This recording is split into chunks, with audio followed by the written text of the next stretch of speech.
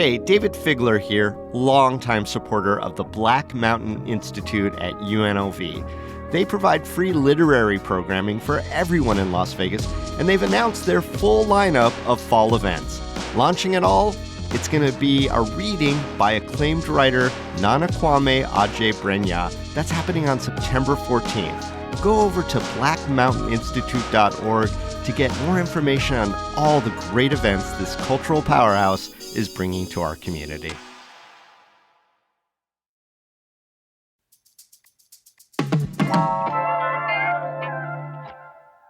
From the bodies in Lake Mead to the naming of hotel casinos, Vegas is ripe with true and false mob myths.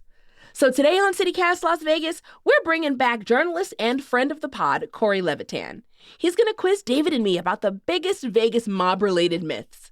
Now, if you've been following along, you know it's not a competition, but David and I are tied 1-1, and this episode is the tiebreaker. Which one of us really knows our Vegas mob stuff? It's Wednesday, August 30th. I'm Vogue Robinson, and here's what Las Vegas is talking about.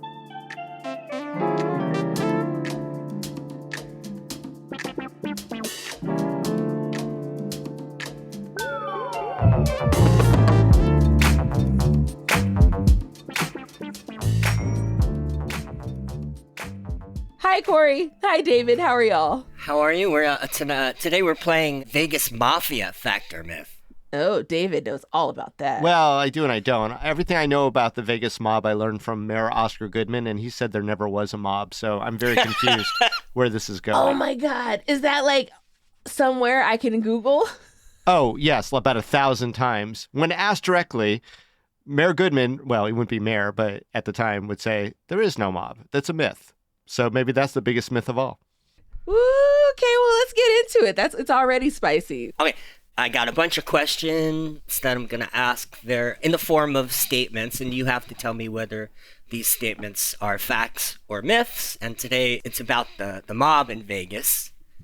I do have a disclaimer that I wanted to say beforehand. If anyone listening to this gets angry because I mentioned your grandfather in a negative light, I want to say that your grandfather was a very, very nice man. No, you don't.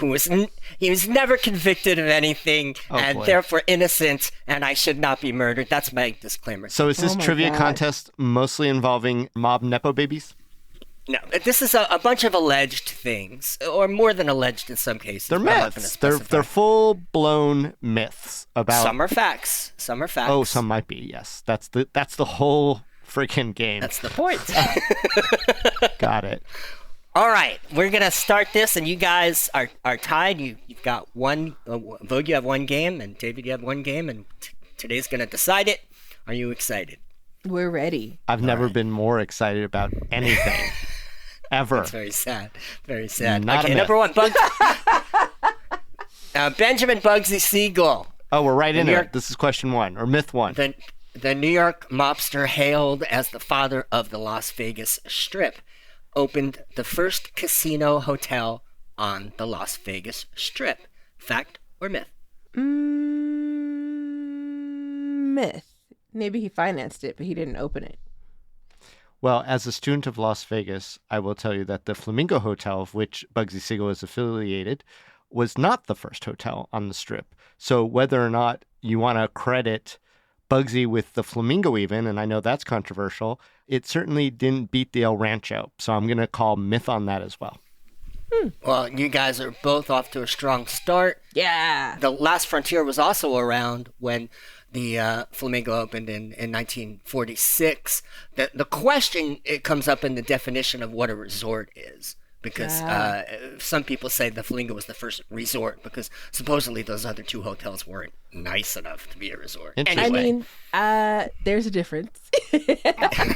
I will also add that Siegel came in late to the Flamingo game, and it was really considered to be Billy Wilkerson's place before, he got a little elbowed in. Yeah, he was the publisher of The Hollywood Reporter. This is actually relevant to the question number two. I think you guys might both get this too. Bugsy named the Flamingo after his girlfriend, Virginia Hill. Fact or myth? I will say this, because I'll go first this time, Vogue. That is commonly out there. I have heard that probably 1,000 times. I think that flamingo might have been in place before she was there. I don't know if she had a lot of influence on the naming, but it's possible. But I'm going to go with myth on that. I'm going to go with true. All right, David takes the lead. It was Billy Wilkerson, the publisher of The Hollywood Reporter. He started the Flamingo. He named it in 1945, imagining it to be a Miami Beach resort. He named it after Florida's many flamingo-themed properties. The myth that you're speaking of actually wasn't started by Bugsy. It was started by the publisher of the Las Vegas Sun, Hank Greenspun, who worked as the PR rep for the Flamingo and invented that story. I'm in touch with Billy Wilkerson II, and we're trying to get some documents proving that the name was in place before Bugsy was involved. Anyway, okay, number 3. Interesting, though. I love that you're like, before Bugsy, dang it, before him. BB. I just figured maybe he financed it. Oh, he definitely financed it. Oh, Well, see? the financing certainly went through him. That's for sure. Yeah, so I figured maybe he like sprinkled some facts and was like, hey man, name it after my girl. I mean, that would be a baller mobster move for sure. Right. Yeah. Number 3, George Clooney, a longtime friend of reputed mafia associate Rick Rizzolo, was interviewed as part of the investigation into organized crime and racketeering at Rizzolo's Crazy Horse 2 strip club. Fact or myth? Oh my God. So I'm going to lay some facts on you, Vogue, because I do not know if this is a myth or not, but I have some additional intel that might guide you to an answer or not. Let's see. So it is true that there is a person named Rick Rizzolo. It is true that he owned a notorious strip club in Las Vegas called the Crazy Horse 2. It is true that Rick Rizzolo was under investigation for organized crime ties. That's not what ultimately brought him down. What ultimately brought him down was that they were roughing up customers, and one in particular wound up getting paralyzed, and that litigation opened up a bunch of different things. Rick Rizzolo did prison time for some bad conduct. I have to do one last disclaimer. I, at one point in my legal career, represented Rick Rizzolo's wife, oh wow. Lisa, who had divorced him prior to a lot of heavy civil stuff coming down, and there were accusations that they didn't get divorced because they stopped loving each other, even though he was a womanizer, but because they were trying to hide assets, and that was kind of interesting, and the federal government was sort of involved tangentially to that. But I'll tell you, Vogue, I do not know if George Clooney was involved in any way. I'm going to say truth, because it was a very popular strip club, and he was a very popular actor during that time, and sort of notorious for his antics. George Clooney, that is.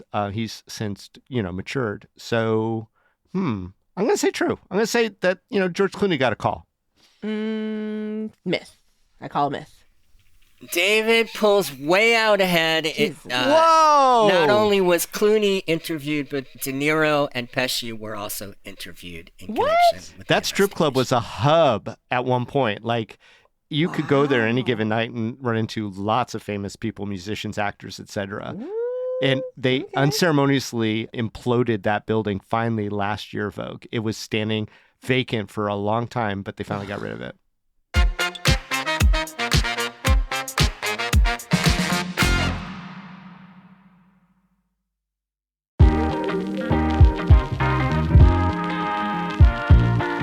Hey y'all, we have some news. We're looking for another host to join the CityCast Las Vegas team. You should apply if you have an insatiable appetite for culture, politics, economics, sports, and people. If you're a great conversationalist, and even better at asking questions. If you love this city, but aren't afraid to talk about its shortcomings, check out the listing and apply at citycast.fm/job.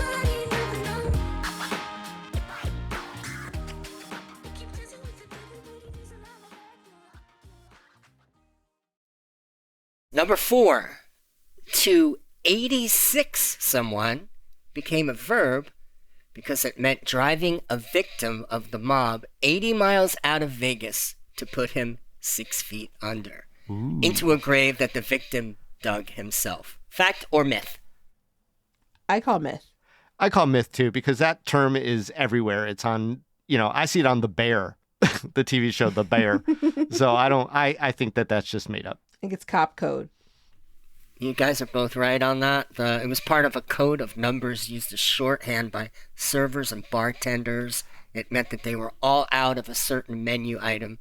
Other numbers included 81 for a glass of water, 82 for 2 glasses of water, and 95 for a customer walking out without paying. All right, well, it's 4-2. Number 5, the mob buried hundreds of bodies in the desert. No, they didn't bury them. They threw them in Lake Mead, obviously. Everybody knows that, David. Is that why all the barrels are just filled with mob victims? Is that your take? They're just popping up. Buried hundreds of bodies. I don't know. I'm gonna say false. Like, I have no connection to any of the Vegas mob lore, you guys. I'm just guessing. You've heard that expression, though, that, that they'll bury you in the desert, or that the mob buried people in the desert. You've heard that sentiment when people talk about the mob and the mob days in Vegas, is that, they would take people out and bury them in the desert. Another expression that came from that was he or she knows where the bodies are buried. Right. I just figured somewhere in the dirt, under some cement, under all the casinos. Like, that's my myth. Every time the new casino is born, I love there that are one. bodies underneath it. That's a good one. Despite the fact that Caliche is really hard to dig in, despite the fact that now somehow Elon Musk's company has figured it out with no problem. I do recall a lot of bodies being found like in mine shafts and weird places out in the desert and bleached bones. Hundreds is what's throwing me, Corey. I think there were certainly a few, but I'm going to go with Vogue on this, that it's false. Although I can't imagine there weren't some bodies, but hundreds is really what made me say no. No, it's a myth. All right, you're both on top of this. It's a myth. Mobsters actually made a concerted effort not to kill their enemies in Las Vegas, which would have been bad for the casino business if traced back. Bugsy was murdered in Beverly Hills. Gus Greenbaum, his replacement at the Flamingo, met his end in Phoenix. Tony the Ant Spilotro got whacked in Chicago and was buried in Indiana. They didn't like... whacked in Chicago. Fat Herbie got just killed in public, but that might have... Yeah.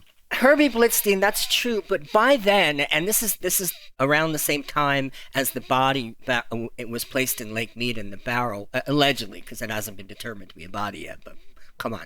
Anyway, that's when the mafia was sort of not really in control of things anymore and sort of acting out of desperation. They were selling heroin and robbing jewelry stores. They weren't the classic mob of old. The classic mob. When they just wore bowler hats and doffed them to ladies crossing the street and being, giving some guy the high hat is the worst thing that could happen. Exactly. All right, David 5, Vogue 3. Number 6, Howard Hughes ended mob ownership in Las Vegas. Fact or myth? That's a interesting one. I mean, I don't think he ended it, but I think he was like the signal. From my understanding of our previous convos about Howard Hughes, like him coming in, he was deeply disruptive because it was a different kind of wealth that pushed, that was able to change the way that the casinos are funded. Yeah, that's 100% true, Vogue. Although, I mean, it's an intriguing myth because I've heard that one as well. So, Corey, you're doing really excellent hitting into what a lot of people believe to be common knowledge. With Howard Hughes came the Corporate Gaming Act, which allowed corporations to start running hotels, and that obviously is where we live today. I think Howard Hughes is kind of 70s related. There was still allegations of mob activity in hotels through the 80s, specifically the Stardust. So I'm going to say myth. I'm going to say, well, I agree with Vogue. I think Howard Hughes definitely disrupted the pattern. The mob, as it existed, was still having a major influence in the ownership and running of hotels well past the Hughes' death. Right. You're both right. He helped a great deal, but the ownership continued. In fact, the very year Hughes died was when the mob took over the Stardust Fremont Marina Hacienda. Look at that math. There's not a possible way for Vogue to pull this off. You want to just answer the last question anyway? Do we? Yeah, let's go for funsies. Yes, we complete. Or the maybe task. I'll just do all my points on this one. I run the full length of the race. Lefty Rosenthal, the character that Robert De Niro's character in Casino was based on, opened the first race and sports book inside a Las Vegas casino. Fact or myth? First legal sports book. In a casino. First race and sports book located inside a casino. They were outside casinos, but he was the one who integrated. He was the first one in Las Vegas. Fact or myth? I will say this, as a handicapper, which he was well known to be a quite adept and skilled at that, and the fact that he was essentially running the Stardust property, which for many years had the best and biggest casino sports book. Remembering back as a kid, I don't remember there being other sports books inside casinos. I remember them dotting the strip in little spots like Churchill Downs and Santa Anita and places like that. I'm going to say that's true, Corey. I'm going to say Lefty brought the scourge of sports betting inside the casino umbrella. Okay. Vogue, what do you think? I'm going to say true. Oh, you're both wrong. Yeah, there Jackie, you go. Don't be so celebratory about it, Corey. Yeah. Well, I finally tripped you up. That's my job. Jackie Gahn beat Lefty by a year when he opened a sportsbook inside Union Plaza in 1975. But Lefty was technically first on the Strip. Oh, trick question. Jackie Gahn all over downtown Vegas. You know, it's another myth also that Lefty employed the first female blackjack dealers in Las Vegas. That's a myth too. Was that also Jackie Gahn?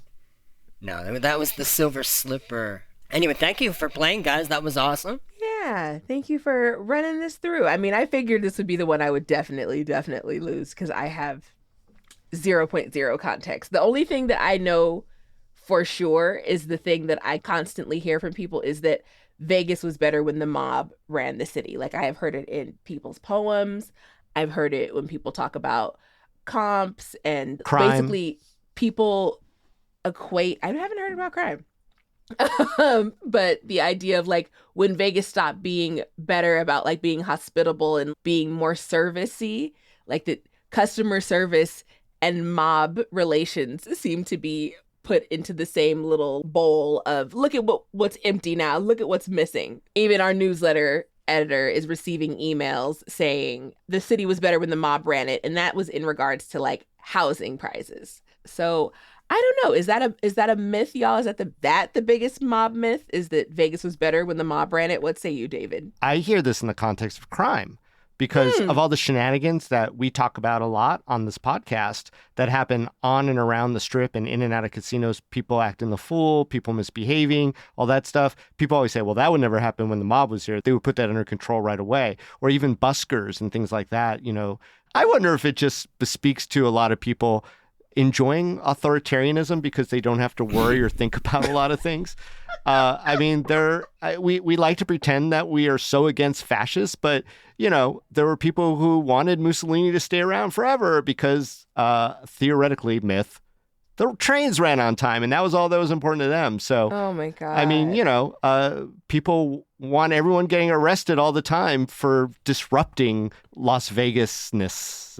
The wise guys were very nice and polite, and they only killed their own. And it was they had a very nice neighborhoods that they lived in because nobody committed any crimes. No. No. This is what I'm saying. These are the myths. I'm not actually espousing this nonsense. Okay, I was like, oh my God. Oh yeah, I was like, what? Although it did have some nice neighborhoods. I mean, there were a lot of mobsters that lived in Paradise Palms and down in John S. Park in the Scotch 80s and all those kind of fun little enclaves of cool old mid-century modern homes. Those were all mob places. But yeah, I mean, Corey, what do you think is the root of why this myth remains? Well, like, are there any truth? Right, a good myth has a speck of truth in it. You know, whatever situation humans are living through is always the worst. They're always finding things wrong. I'm guilty of it more than anyone else, and it's certainly true that it's a different kind of mob that's running Vegas right now. The profit motive above all else. Above anything else is not the ideal way to take care of human beings. beings. But that said, the rule of law is also really, really important. and to worship people who had absolutely no regard for the rule of law I would rather not have lived in that Vegas. I'd rather live in today's. Is that what you tell people, Corey, when they confront you with, Corey, when the mob ran things, everybody was kind of in a better place? Well, it had nothing to do with the mob. It had to do with the fact that, people dressed nice when they went out to casinos. And the population was certainly smaller, and there were fewer visitors. Right. And the casinos were further apart, and everything looked so elegant in all those old photos. We'll see whatever the next myths and truths are that we find about Vegas. Corporate greed. Sorry. Had to. Everybody's favorite mob. David and Corey, thank you so much for hanging out and talking mob myths with me today. Huge pleasure, Vogue. It was fun, Vogue, and I'm not just saying that because I finally won the tiebreaker match.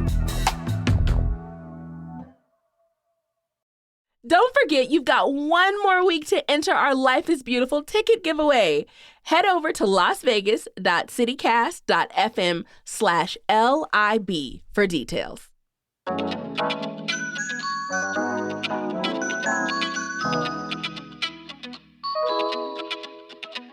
That's all for today here on CityCast Las Vegas. How did you do on the myth-busting quiz? Challenge your friends to beat your score. Share this episode with 3 of your favorite history buffs in Vegas. We'll be back tomorrow morning with more news from around the city. Take care.